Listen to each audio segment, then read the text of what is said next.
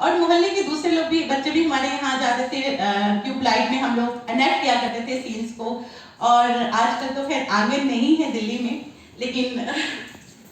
और एक चीज और यहाँ कहना चाहूंगी कि जैसे हमने बात की कि कोविड के टाइम, कोविड ने जिस तरह से बात करें कि मानवता को बहुत नुकसान पहुंचाया है,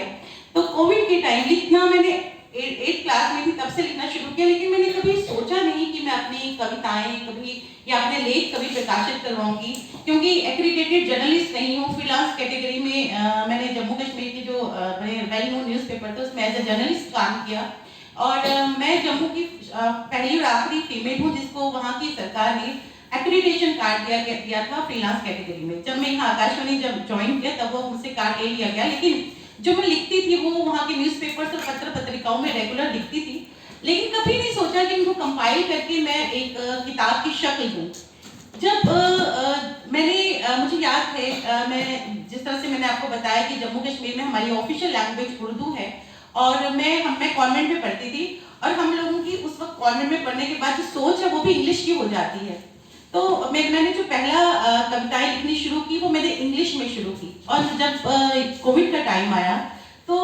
मैं एक प्रोग्राम किया करती थी शख्सियत के नाम से। मुझे फ़ोन कर करके कहा कि मैम हम बहुत डिप्रेशन में आ गए हैं क्योंकि हम परफॉर्म नहीं कर पा रहे। तो उस वक्त मैंने एक प्रोग्राम शुरू किया शख्सियत के नाम से, जिसमें हमारे देश के जाने माने, चाहे किसी भी फील्ड से जुड़े हुए लोग हों, जाने माने, चाहे वो रंगमंच हो, साहित्य का फील्ड हो, कुछ भी हो, उन सबके मैंने इंटरव्यूज लेना शुरू किए ताकि जो उनकी जर्नी है वो यंग लोगों तक पहुंचे, क्योंकि जो कला है वो एक साधना है।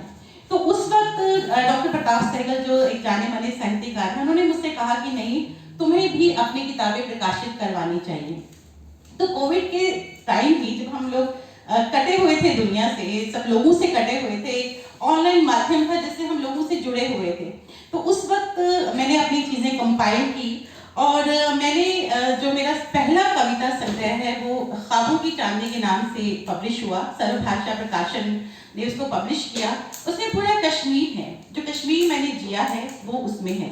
और हालांकि ये मेरा सेकंड था, पहले मैंने मिरर ऑफ थॉट्स लिखा था जो इंग्लिश में मेरा पोएट्री कलेक्शन है, लेकिन पब्लिश यही हुआ। और इसी में से मैं एक कविता आपको जरूर सुनाना चाहूंगी ख्वाबों की चांदनी में से, क्योंकि कश्मीर छोड़े काफी वक्त हो गया, हम वहां से आ गए, अपना घर छोड़ के आ गए, लेकिन वो कश्मीर जो हमने जिया है, जो कश्मीर मेरी रूह में है, उसमें से एक कविता जो मेरे दिल के बहुत करीब है वो मैं आपको सुनाना चाहूंगी। कविता का शीर्षक है चाहतों का सफर।